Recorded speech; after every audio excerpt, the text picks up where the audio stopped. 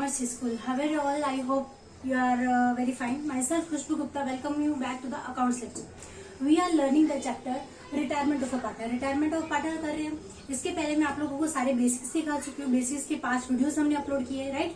आप यूट्यूब के कॉमर्स ई स्कूल में जाना और वहां पर प्लेलिस्ट में जाओ. प्लेलिस्ट में जाने के बाद आपको पर्टिकुलर चैप्टर के लिए अलग अलग प्लेलिस्ट मिल जाएगी. अलग अलग चैप्टर के लिए अलग अलग प्लेलिस्ट है. तो आपको जो भी चैप्टर चाहिए आप उस चैप्टर में जा सकते हो. और उस चैप्टर में जाने के बाद आपको बेसिक्स की सारी बेसिक्स की वीडियोस मिलेगी. पूरा कंसेप्ट आपका क्लियर होगा, ठीक है. उसके बाद बेसिक्स के वीडियो के बाद आपको प्रैक्टिकल प्रॉब्लम मिल जाएंगे सारे. And then after theoretical exercise you will find over there. Okay, तो आज से हम स्टार्ट करते हैं हमारे रिटायरमेंट का. फर्स्ट प्रैक्टिकल प्रॉब्लम से स्टार्ट करते हैं. तो फर्स्ट प्रॉब्लम आज सीखेंगे, लेकिन बोर्ड पे प्रॉब्लम सॉल्व करने के पहले मैं आप लोगों को प्रॉब्लम एक्सप्लेन कर देती हूँ कि हमें प्रॉब्लम में क्या दिया गया और क्या क्या करना है हमें, ठीक है. Then after we will solve on the board. Okay, तो बोर्ड पे प्रॉब्लम सॉल्व करने के पहले मैं आपको एक्सप्लेन कर देती हूँ, ठीक है. उसके बाद हम बोर्ड पे सॉल्व करेंगे. तो फर्स्ट प्रॉब्लम में आपको क्या दिया है, प्रैक्टिकल प्रॉब्लम स्टार्ट करते हैं. क्या दिया आपको, the balance sheet of mister Mama, Kaka and mister Baba who share profit and losses as 4:3:3 respectively. इसका मतलब क्या है, ये जो आपके पास पहले से पार्टनर्स है, कौन है, mister Mama, Kaka and mister बाबा, हमारे 3 पार्टनर्स है. और इनका प्रॉफिट शेयरिंग रेशियो कितना है, ये ओल्ड प्रॉफिट शेयरिंग रेशियो है जो कि हमें दिया है 4:3:3, ठीक है. आप लोगों को बैलेंस शीट दी गई है, that is the old balance sheet. मतलब रिटायर, किसी पार्टनर के रिटायर होने की पहले की बैलेंस शीट को बोला जाता है ओल्ड बैलेंस शीट. ओके, सो उसके नीचे आप लोगों को एडजस्टमेंट में क्या दिया है, काका retires on 1 April 2018 on the following terms. काका रिटायर हो रहे 1 अप्रैल 2018 को, और इसी दिन हम न्यू बैलेंस शीट बनाएंगे. सबसे पहले तो ये बात पता कर लेना बहुत जरूरी है कि आप लोगों को क्या बनाने के लिए बोला जा रहा है. हमें बनाने के लिए बोला जा रहा है as usual profit and loss adjustment account, partners capital account and the balance sheet we will prepare. Okay, आप लोगों को बताया नहीं है इधर क्या बनाना है, लेकिन हमें पता है ये क्या बनाना रहता है, partners capital account, sorry profit and loss adjustment account, जिसे हम रिवैल्यूएशन अकाउंट भी बोलते हैं, partners capital account and then after new balance sheet. जिस दिन पार्टनर रिटायर होता है उस दिन हम न्यू बैलेंस शीट बनाएंगे. और कैश और बैंक अकाउंट आप बना सकते हो, अदरवाइज आप डायरेक्टली बैलेंस शीट में ही कैलकुलेशन कर सकते हो, ठीक है. तो फर्स्ट नंबर के एडजस्टमेंट से स्टार्ट करते हैं. क्या बताया आपको, द शेयर ऑफ काका in the goodwill of the firm is valued at 2700. Firm की गुडविल में रिटायरिंग पार्टनर का शेयर आपको बताया जो कि कितना है 2700. इसका मतलब क्या है, ये जब मैंने आपको ट्रीटमेंट ऑफ गुडविल बताया था तो ये कौन सा टाइप था, ये था थर्ड टाइप. थर्ड टाइप में हमने देखा था when the goodwill is raised when goodwill is raised to the extent of the retiring partner share. जब फर्म की गुडविल रेज हो रही है लेकिन रिटायरिंग पार्टनर के शेयर की जितनी, तो यही पे ये भी वही केस है. क्या करेंगे हम, इसका पार्टनर्स कैपिटल अकाउंट के क्रेडिट साइड में हम गुडविल के नाम से लिखेंगे बाय गुडविल, लेकिन किसकी कॉलम में, सिर्फ काका के कॉलम में. काका is the second partner, right, middle partner, उनके कॉलम में जाके लिख देंगे 2700 रुपए. एंड सेकंड इफेक्ट आएगा बैलेंस शीट की असेट साइड में जाके लिख देंगे हम गुडविल के नाम से 2700 रुपए. हर एक एडजस्टमेंट के 2 इफेक्ट होते हैं, ठीक है. तो सेकंड नंबर का एडजस्टमेंट क्या बताया आपको, furniture to be depreciated by 10%. Furniture की वैल्यू 10% से डेप्रिशिएट हो रही है, मतलब वैल्यू कम हो रही है, ठीक है. फर्नीचर की वैल्यू डेप्रिशिएट हो रही है. फर्नीचर की वैल्यू आपको कितनी बताइए, 17,500 बताइए. 17,500 का 10% जब आप कैलकुलेट करोगे तो कितना आएगा, 1,750 आएगा. वैल्यू कम हो रही है. जब किसी एसेट की वैल्यू कम होती है तो वो फर्म के लिए लॉस रहता है.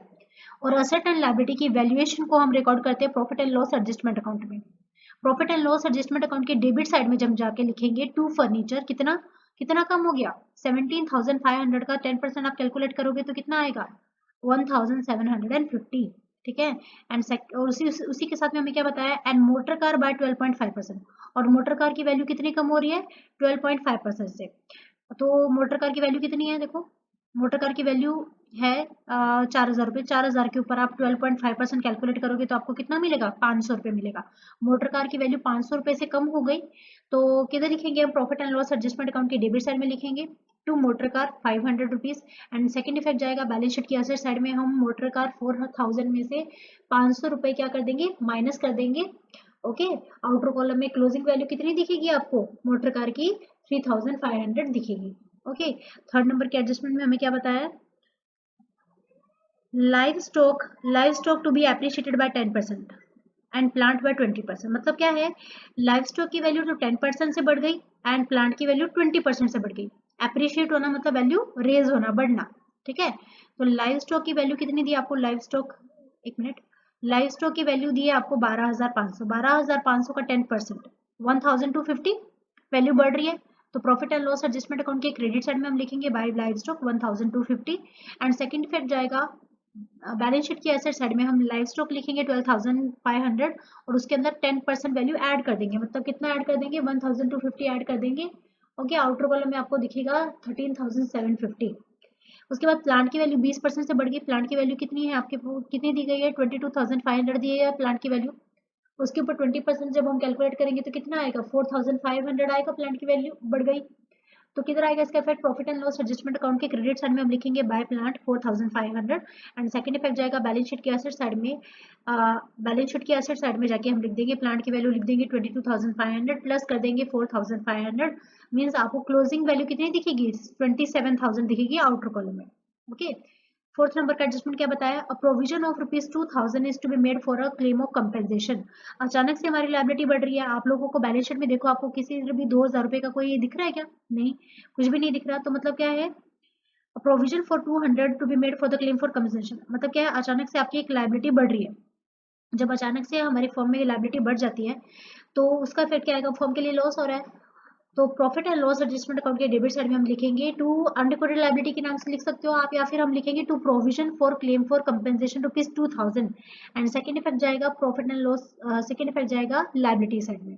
ओके, 5 नंबर का एडजस्टमेंट क्या बताया आपको, RDD is no longer necessary, RDD की कोई जरूरत नहीं है, इसका मतलब क्या है आरडीडी की कोई जरूरत नहीं है, इसका मतलब क्या है कि पहले से देखो संडे डेटर की वैल्यू कितनी है 5,000 थी, 5,000 के ऊपर आपने माइनस किया था 500 रुपीज, तो अभी पहले आपको वो 500 रुपए नहीं मिल रहे थे, इस वजह से आपने आउटर कॉलम में कम दिया था, आपको कम मिल रहा था, लेकिन अभी ये 500 रुपए भी मिलेंगे, मतलब आप आरडीडी कैंसिल हो रही है, खत्म हो रही है आरडीडी हमारी, तो डेटा से मिलने वाला पैसा बढ़ जाएगा, तो किधर आएगा profit and loss adjustment account के क्रेडिट साइड में हम लिखेंगे बाय आरडीडी कैंसिल्ड कितना 500 एंड बैलेंस शीट के एसेट साइड में लिखेंगे सरेंडर डेटर की वैल्यू डायरेक्टली 5,000। ओके, 6 नंबर के एडजस्टमेंट में क्या बताया हमें, the amount payable to the Kaka should be transfer to his loan account, मतलब क्या बताया आपको, जो भी अमाउंट हमें रिटायरिंग पार्टनर को देनी है वो फर्म अभी ऑन द स्पॉट नहीं दे रही, वो फर्म देगी लेकिन फ्यूचर में देगी, तो एक बार के लिए उन्होंने लोन में ट्रांसफर कर दिया। ठीक है, बैलेंसिंग के टाइम पे हम देखेंगे जितना भी काका के हिस्से में आ रहा होगा तो उसको हम लोन में ट्रांसफर कर देंगे, सेकंड इफेक्ट जाएगा लायबिलिटी साइड में। ओके, इसके बाद बैलेंसिंग करने के पहले पहले हम क्या करेंगे, बैलेंस शीट में जितनी भी चीजें बाकी हैं जिसको हमने अभी तक किया नहीं है, जिसको हमने हाईलाइट नहीं किया, येलो से आपको दिख रहा है, जिसको मैंने हाईलाइट नहीं किया तो मतलब उसका रिकॉर्ड होना बाकी है। तो बैलेंस शीट के एसेट साइड में हम देखेंगे कैश, कैश कितना है 4,500, वो किधर आ जाएगा बैलेंस शीट, उसका इफेक्ट चला जाएगा बैलेंस शीट के डायरेक्ट एसेट साइड में आप लिख सकते हो, या फिर आप कैश बना सकते हो, कैश अकाउंट अगर बना रहे हो तो कैश अकाउंट के बनाने के टाइम पे डेबिट साइड में हम लिखेंगे टू बैलेंस बॉटम, और लायबिलिटी साइड में देखते हैं लायबिलिटी साइड में क्या क्या दिया है, सप्लायर्स, सप्लायर मतलब क्रेडिटर, वो किधर चला जाएगा डायरेक्टली लायबिलिटी में चला जाएगा क्योंकि उसके ऊपर कोई भी एडजस्टमेंट नहीं है। फिर लोन, लोन में डायरेक्टली लायबिलिटी में आ जाएगा 5,000। उसके बाद जर्नलिज्म, जर्नलिज्म का क्या करेंगे हम, सारे पार्टनर्स को डिवाइड कर देंगे जर्नलिज्म। ओके, किस रेशियो में, ओल्ड प्रॉफिट शेयरिंग रेशियो में, पार्टनर्स कैपिटल अकाउंट के क्रेडिट साइड में जाके हम सारे पार्टनर्स को ये जर्नलिज्म का पैसा डिवाइड कर देंगे ओल्ड प्रॉफिट शेयरिंग रेशियो में। ओके, और कैपिटल अकाउंट आपको लायबिलिटी साइड में दिया है, इस वजह से इसका इफेक्ट किधर जाएगा, पार्टनर्स कैपिटल अकाउंट के क्रेडिट साइड में इसका इफेक्ट जाएगा मामा का, काका का एंड बाबा का कैपिटल। मामा का कैपिटल है 20,000 और 15,000 एंड 12,500, 12,250, तो इसका इफेक्ट चला जाएगा पार्टनर्स कैपिटल अकाउंट के क्रेडिट साइड में चला जाएगा। ओके, डन, समझ में आया सबको, ठीक है, अभी आपको जो भी डाउट है वो मैं बोर्ड पे सोल्व कर देती हूँ, आपके क्लियर हो जाएंगे। Okay,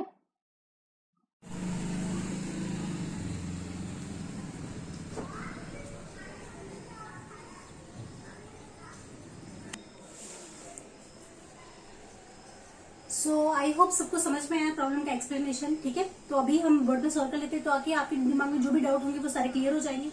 so let's start. So I will solve on the board. तो हम आप लोगों को यहाँ पे क्वेश्चन दिखाई दे रहा है, क्वेश्चन में आप लोगों को एडजस्टमेंट दिखाई दे रही होगी, तो हम पहले एडजस्टमेंट से स्टार्ट करेंगे। जिस दिन नया पार्टनर आता है फॉर्म में उस दिन हम ये बैलेंस शीट बनाते हैं। तो नया पार्टनर कब आया, 1 अप्रैल 2018 को आया ना काका, है ना। तो काका कौन से पार्टनर है, मिडिल पार्टनर है। जरूरी है कि लास्ट पार्टनर ही रिटायरिंग पार्टनर होता है, जैसे आप लोगों को एडमिशन में आदत है कि लास्ट पार्टनर ही न्यू पार्टनर होता है, लेकिन यहाँ पर रिटायरिंग के टाइम पे कोई भी रिटायर हो सकता है। फर्स्ट पार्टनर हो सकता है, सेकंड हो सकता है, थर्ड हो सकता है। तो ध्यान में रखना है कि कौन सा पार्टनर रिटायर हो रहा है, काका। ये पहले कोई निशान लगा लेना है कि काका इज ए पार्टनर जो फर्म से रिटायर हो रहा है। ओके, तो हम एडजस्टमेंट देखते हैं। काका रिटायर ऑन 1 April 2018, काका फर्म से रिटायर हो रहे 1 April 2018 को ऑन द फॉलोइंग टर्म्स, नीचे हुए टर्म की बेसिस पर हमें कुछ टर्म्स दिए, कुछ एडजस्टमेंट दिए। तो फर्स्ट एडजस्टमेंट से स्टार्ट करते हैं। द शेयर ऑफ द काका in the goodwill of the firm is valued at 2700। Firm की गुडविल में रिटायरिंग पार्टनर का शेयर दिया, मीन्स काका का शेयर दिया, जो कि कितना है 2700। ये कौन सा टाइप है? जब मैंने आप लोगों को ट्रीटमेंट ऑफ गुडविल का बेसिक सिखाया था कि गुडविल को ट्रीटमेंट कैसे कैसे किया जाता है, तो क्या था? ये थर्ड टाइप था। When the goodwill is raised to the extent of the retiring partner share, जब गुडविल रेज होती है लेकिन रिटायरिंग पार्टनर के शेयर की जितनी, तो उसे बोला जाता है थर्ड टाइप। क्या करते हैं इस थर्ड टाइप में हम? ये कैसा टाइप है गुडविल का? ये थर्ड टाइप है, थर्ड टाइप है, राइट। क्या करते हैं हम? अब बाय गुडविल लिखेंगे और रिटायरिंग पार्टनर के कॉलम में डाल देंगे 2700। सेकंड इफेक्ट कितना आएगा? हर एक एडजस्टमेंट के दो इफेक्ट होते हैं। तो सेकंड इफेक्ट किधर आएगा? बैलेंस शीट की असेट साइड में जाएगा। इधर लिख देंगे हम गुडविल कितना 2700। ओके, उसके बाद सेकंड नंबर के एडजस्टमेंट हमें क्या बताया? Furniture to be depreciated by 10%। Furniture की वैल्यू 10% से क्या हो रही है? कम हो रही है। आप ओल्ड बैलेंस शीट में देखो फर्नीचर की वैल्यू कितनी दी है आपको? फर्नीचर की वैल्यू दी है आपको 17,500, 17,500 रुपए आपको फर्नीचर की वैल्यू दी है। उसके ऊपर 10% डेप्रिसिएशन हो रहा है। जब असेट की वैल्यू कम होती है तो उसका इफेक्ट किधर जाता है? Profit and loss adjustment account के डेबिट साइड में जाएगा। इधर लिखेंगे हम टू फर्नीचर 17,500, 17,500 के ऊपर 10% कितना आता है? 1,750, 1,750। एंड सेकंड इफेक्ट किधर आएगा? बैलेंस शीट के असेट साइड में हम लिखेंगे फर्नीचर। फर्नीचर की वैल्यू कितनी है? 17,500 में से हम माइनस करेंगे डेप्रिसिएशन कितना? 10%। कितना आता है वो? 1,750,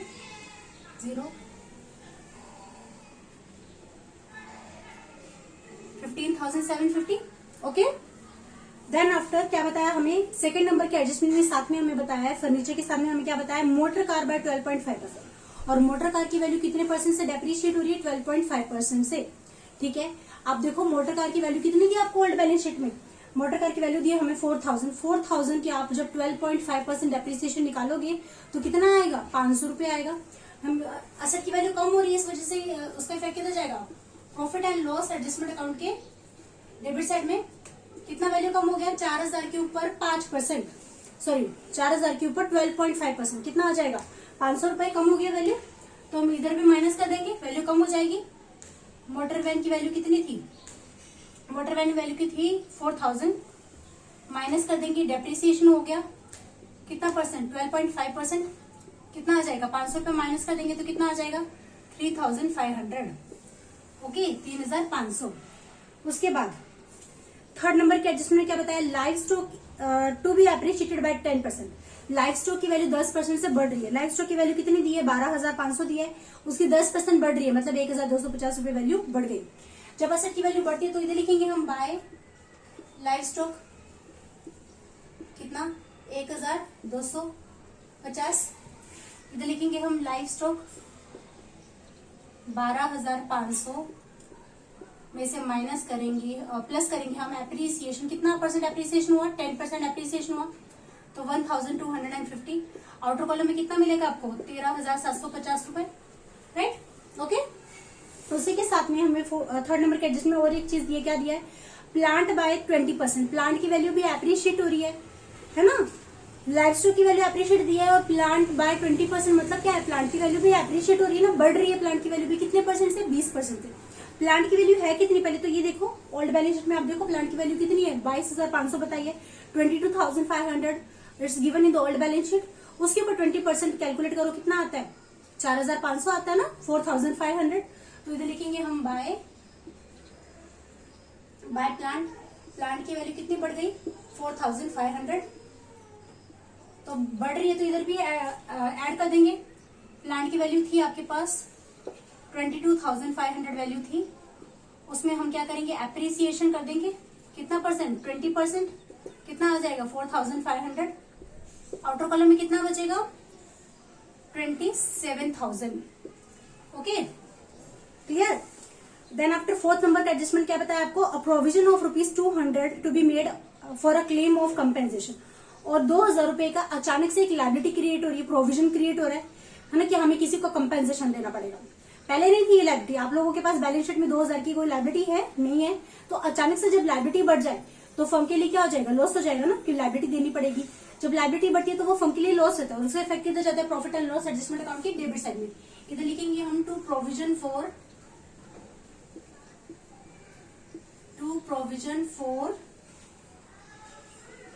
क्लेम फॉर कंपेंसेशन। अचानक से एक लाइबिलिटी क्रिएट हो रही है, आप उसको अनडिकोडेड लाइबिलिटी के नाम से भी लिख सकते थे, ओके। अदरवाइज मैंने पूरा लिख दिया to provision for claim for compensation. अचानक से एक लाइबिलिटी क्रिएट हो गई है, कितने रुपए की, 2000 रुपीज की, और इसका सेकंड इफेक्ट किधर आएगा, लाइबिलिटी है ना, तो लाइबिलिटी में जाएगी, तो लिखेंगे हम claim for compensation, provision for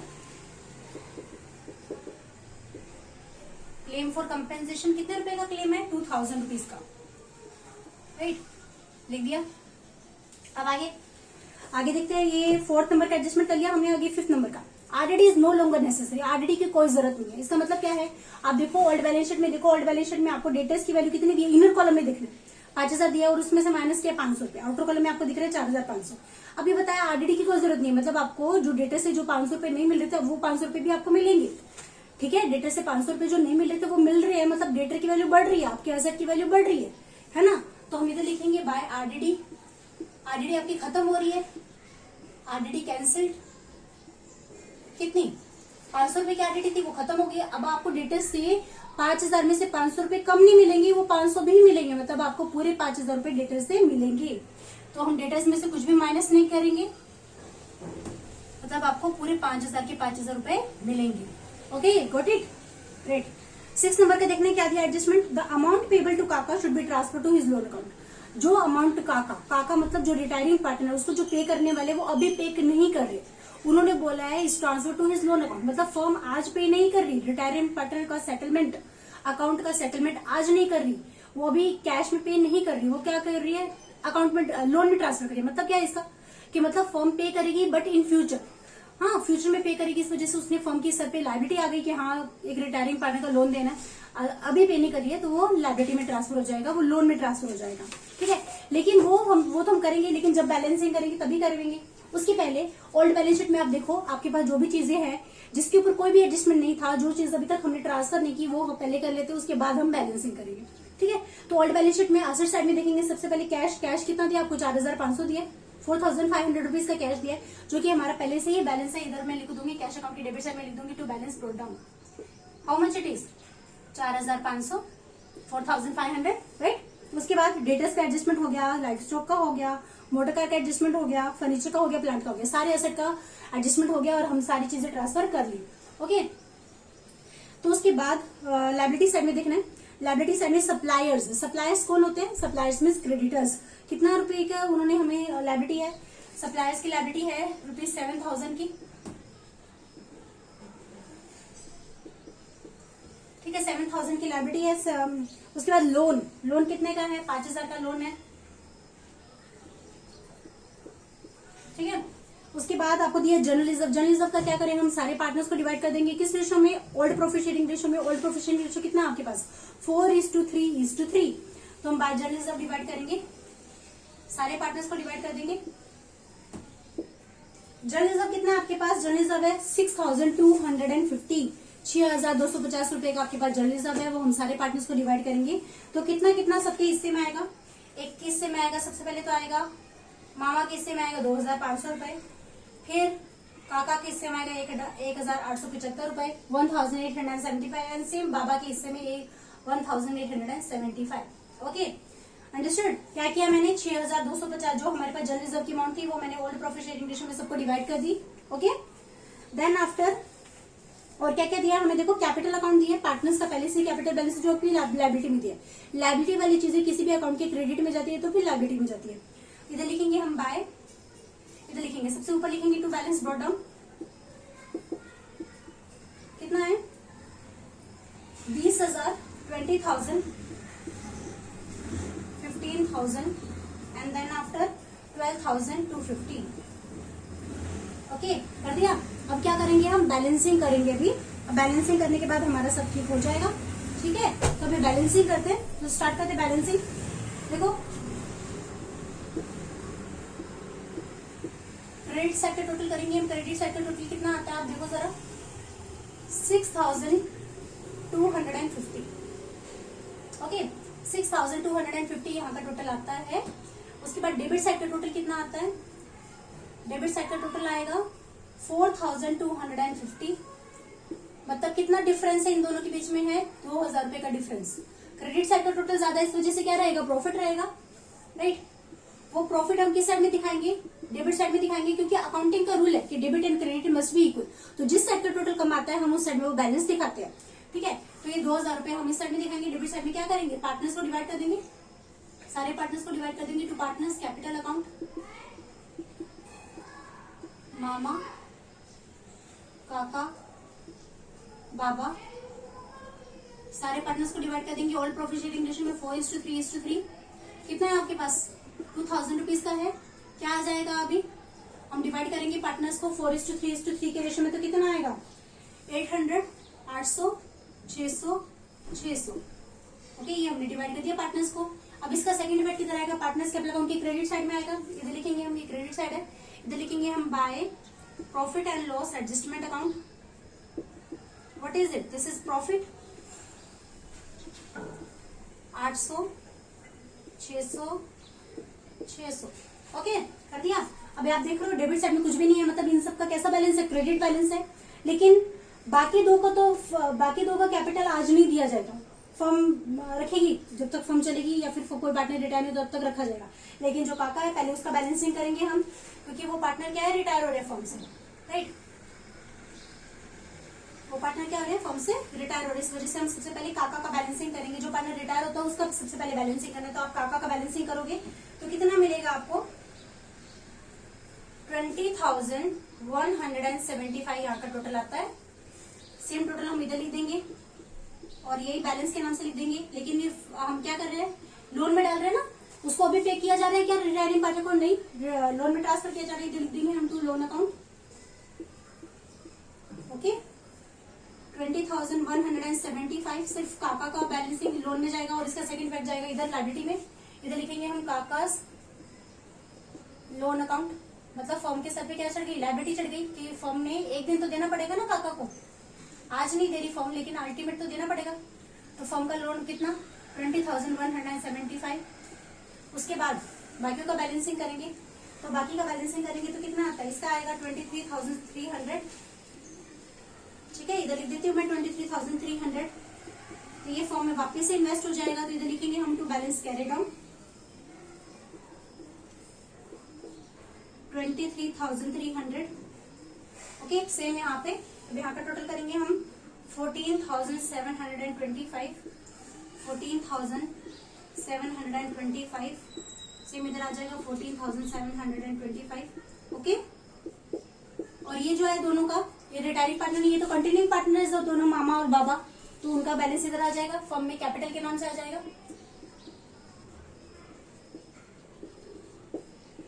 mama and बाबा। कितना है? 23,300 एंड 14,725। अब इनका टोटल करके लिखना है आप लोगों ने आउटर कॉलम में। कितना आएगा? 38,025। ठीक है, अब ये बैलेंस है। फर्म में ना तो कोई कैश आया ना फर्म से कोई कैश गया, तो मतलब हमारा जो ओपनिंग बैलेंस था वही हमारा फर्म का क्लोजिंग कैश बैलेंस हो जाएगा। इधर लिखेंगे हम बाय बैलेंस कैरी डाउन, और यही कैश बैलेंस आपको किधर दिखाना है? असेट साइड में दिखाना है कैश बैलेंस 4,500। ओके, अभी हम क्या करेंगे? टोटल करेंगे। अभी दोनों साइड का टोटल सेम आना चाहिए, then only you can declare that your balance sheet is tally. ठीक है, 72,200 यहाँ का टोटल आता है सेम, यहाँ का टोटल 72,200 आता है। इसका मतलब क्या है? हमारी बैलेंस शीट परफेक्टली टैली है और सारी चीज एकदम परफेक्ट हो चुकी है। You will get the full marks. Okay, so that's all for today. I hope सबको समझ में आया। अगर किसी को डाउट है तो आप पूरा प्रॉब्लम देख लो, मैं साइड हो जाती हूँ। ठीक है, अगर किसी को इस क्वेश्चन के में कोई डाउट है तो मुझे आप कमेंट बॉक्स में बताइए, या फिर अगर आपको ये प्रॉब्लम पूरी तरीके से समझ में आया तो समझने के बाद एक बार आप खुद से प्रैक्टिस करो, तभी भी कोई डाउट आता है तो मुझे आप बताइए, क्योंकि जब हम खुद से सॉल्व करते हैं तब डाउट क्रिएट होता है, ठीक है। तो प्रैक्टिस जरूरी है बहुत, practice means man as well as the women perfect, okay. तो सब लोगों ने क्या करना है, इसका प्रैक्टिस करना है, और चैनल को सब्सक्राइब करो, सब्सक्राइब करने के बाद बेल आइकन को प्रेस करना है सबने। और अगर आपको ये वीडियो समझ में आया, पसंद आया, तो एकदम कमेंट बॉक्स में मुझे बताइए, ताकि मुझे समझ में आएगा कि आपको समझ में आया कि नहीं आया।